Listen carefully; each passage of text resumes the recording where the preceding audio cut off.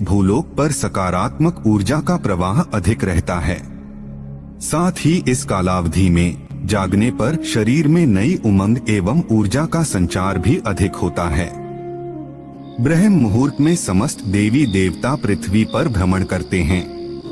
ऐसे में देवी देवताओं को प्रसन्न करने के लिए इस अवधि में कुछ विशिष्ट तथा एकांतिक कार्य करने की सलाह दी जाती है। इसी के सन्मुख शास्त्रों के अनुसार कुछ ऐसे कार्य भी हैं जिन्हें ब्रह्म मुहूर्त में कदापि नहीं करना चाहिए। आइए जानते हैं कि ब्रह्म मुहूर्त की कालावधि कब से कब तक की होती है तथा इस समय कौन से कार्य श्रेष्ठ हैं एवं कौन से नहीं। रात्रि के चौथे व अंतिम पहर यानी उषा काल से लेकर तथा सूर्योदय से पहले तक का जो समय होता है उसे ब्रह्म मुहूर्त कहा जाता है। 24 घंटे में 30 मुहूर्त होते हैं। 2 घड़ी अथवा 48 मिनट के कालखंड को एक मुहूर्त कहा जाता है। दिन व रात का 29वां भाग ब्रह्म मुहूर्त कहलाता है। ब्रह्म मुहूर्त का समय रात्रि के चौथे व अंतिम पहर से लगभग प्रारंभ हो जाता है तथा सूर्योदय तक पूर्णतः समाप्त हो जाता है।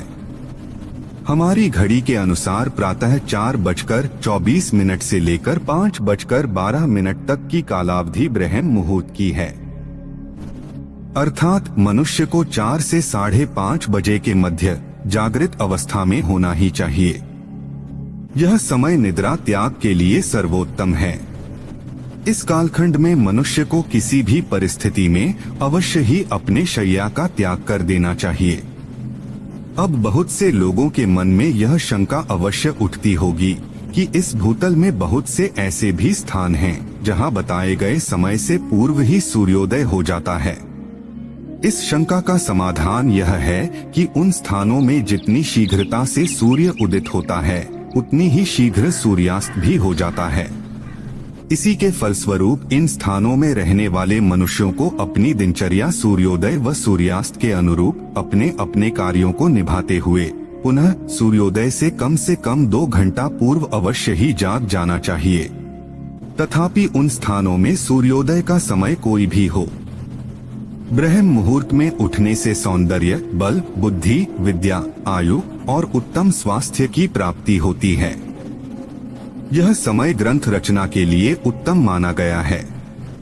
ब्रह्म मुहूर्त में उठने से शरीर में शारीरिक बल एवं सहन शक्ति का निर्माण होने लगता है तथा साथ ही मानसिक तनाव, चिंता, अनिद्रा और निराशा जैसी विभिन्न मानसिक बीमारियां दूर होने लगती हैं।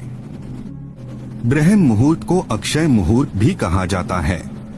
इस मुहूर्त में किया गया कोई भी कार्य अवश्य सफल होने लगता है। पौराणिक काल में महान ऋषि मुनि व योगीजन ध्यान के लिए इसी समय को यथोचित मानते थे।